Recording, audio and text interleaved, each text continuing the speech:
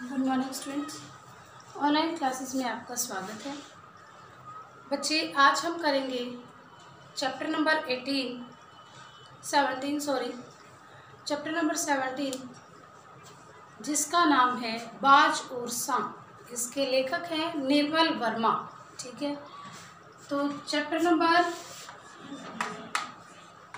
17 नाम है बाज और सांप। ठीक है, इसके लेखक कौन है? लेखक है निर्मल वर्मा जी, निर्मल वर्मा।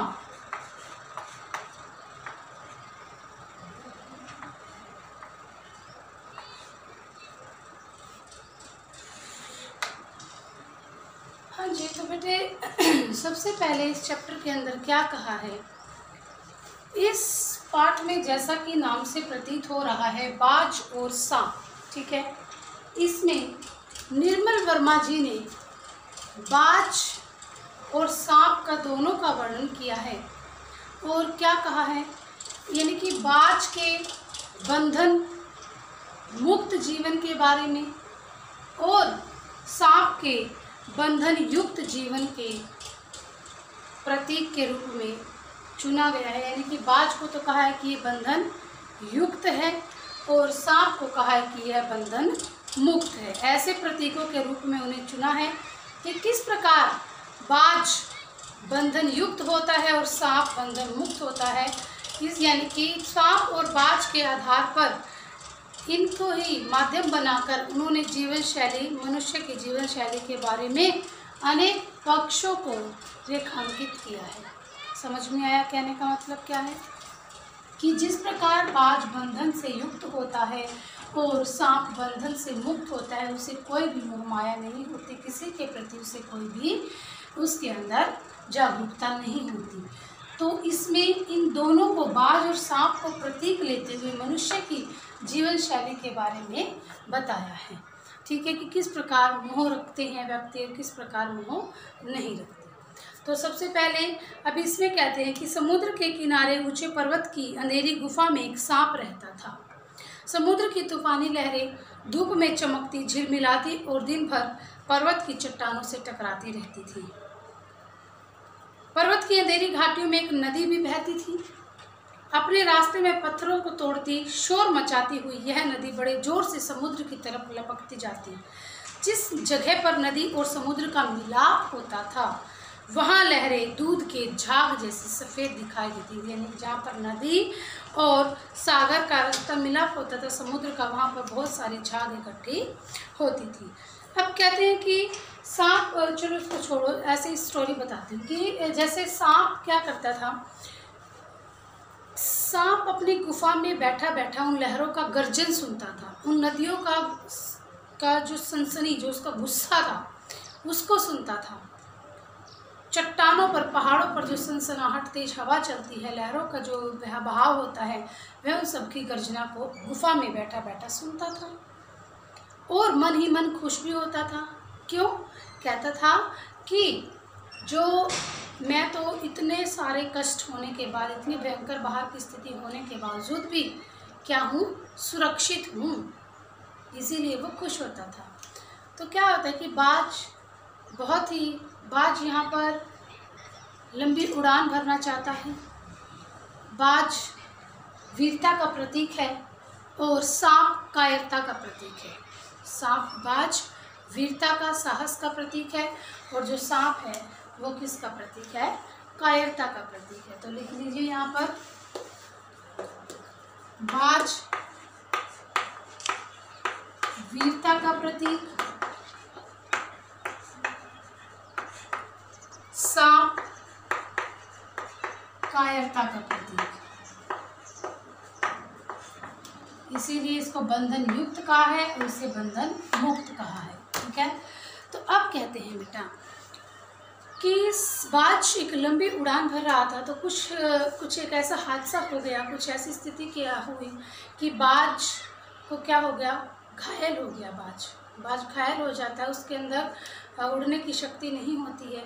बाज को बहुत सारी जख्म होते हैं, बाज बुरी तरीके से जख्मी होता है।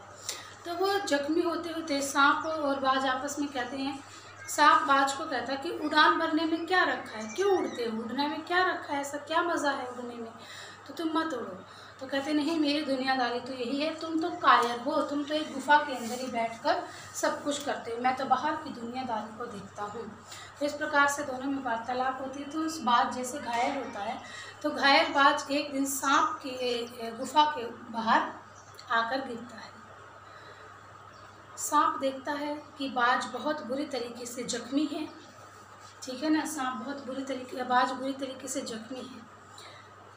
ऐसा लग रहा था कि मानो वो अपनी अंतिम सांसें ही गिन रहा हो। तो फिर सांप बाज को कहता है कि तुम्हें क्या हुआ, तुम तो ऐसा लगते हो कि जैसे मरने वाले हो। तो बाज कहता है कि हाँ भाई, मुझे भी तो ऐसा ही अनुभव होता है। तो फिर सांप उसको अपनी गुफा के अंदर लेकर आता है। गुफा जो है, गुफा के अंदर पानी था, मतलब चारों तरफ से पानी टपक रहा था, उसके अंदर से इतनी गंदी स्मेल आ रही थी। तो बाज चारों तरफ से देखता है और वो उसके साथ बातचीत जैसे करते हैं। तो बाज को सांप क्या कहता है, सांप कहता है बाज को कि तुम एक बार क्यों ना अंतिम बार कोशिश करके देखो। हालांकि तुम जख्मी हो, परंतु अगर तुम साहस करोगे, हिम्मत रखोगे, क्योंकि तुम्हारी आकाश के प्रति लगन है, अगर तुम उड़ने की चाह रखोगे, एक नई उम्मीद रखोगे, तो तुम क्या होगे, शायद उड़ सकोगे। तो इसी प्रकार से आकाश की लंबी उड़ान भरने के इच्छुक बाज जैसे ही उड़ान भरता है, तो वो क्या करता है, नदी में डूब जाता है। यानी कि वो उड़ने को पंख तो फड़फड़ाता है अपने, लेकिन क्या होता है कि वो अपने शरीर के वजन को संभाल नहीं पाता और वो नदी में की लहरों में ही कहीं गुम हो जाता है। तो बाज की ऐसी हालत को देखकर सांप को आश्चर्य होता है, दुख होता है, और वो क्या कहता है कि ऐसी भी क्या असीम इच्छा, ऐसी भी क्या लक्ष्य, ऐसा भी क्या आकाश में उड़ने को रखा है जिससे बाज तुमने अपने जीवन के अस्तित्व को ही समाप्त कर लिया।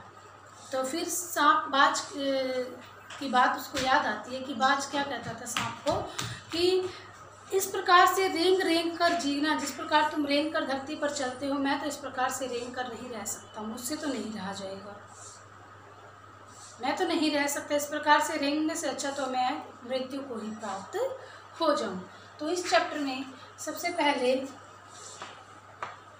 हाँ जी, इस चैप्टर में सब क्या बताई, मेरी मुख्य बात यही निकल कर आई है कि बाज का आकाश के प्रति लगाव था, इच्छा थी, असीम उसके अंदर शक्ति थी अपनी ऊंचाइयों को छूने की, यानी कि वो वीर था।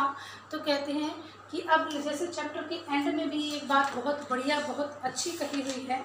वो क्या कही हुई है, बाज ने अपने अंत में बहुत प्यारी बात बताई थी और ये कहा था, चतुर वही है जो किसी भी खतरे के बहादुरी से सामना करे। इसमें क्या कहा था, बाज को चतुर कहा है, ये कहा कि वीर वही है और चतुर वही है जो किसी भी बुराई का, किसी भी उसका सामना आसानी से, किसी भी कठिनाई का सामना आसानी से कर सके, वही चतुर व्यक्ति होता है।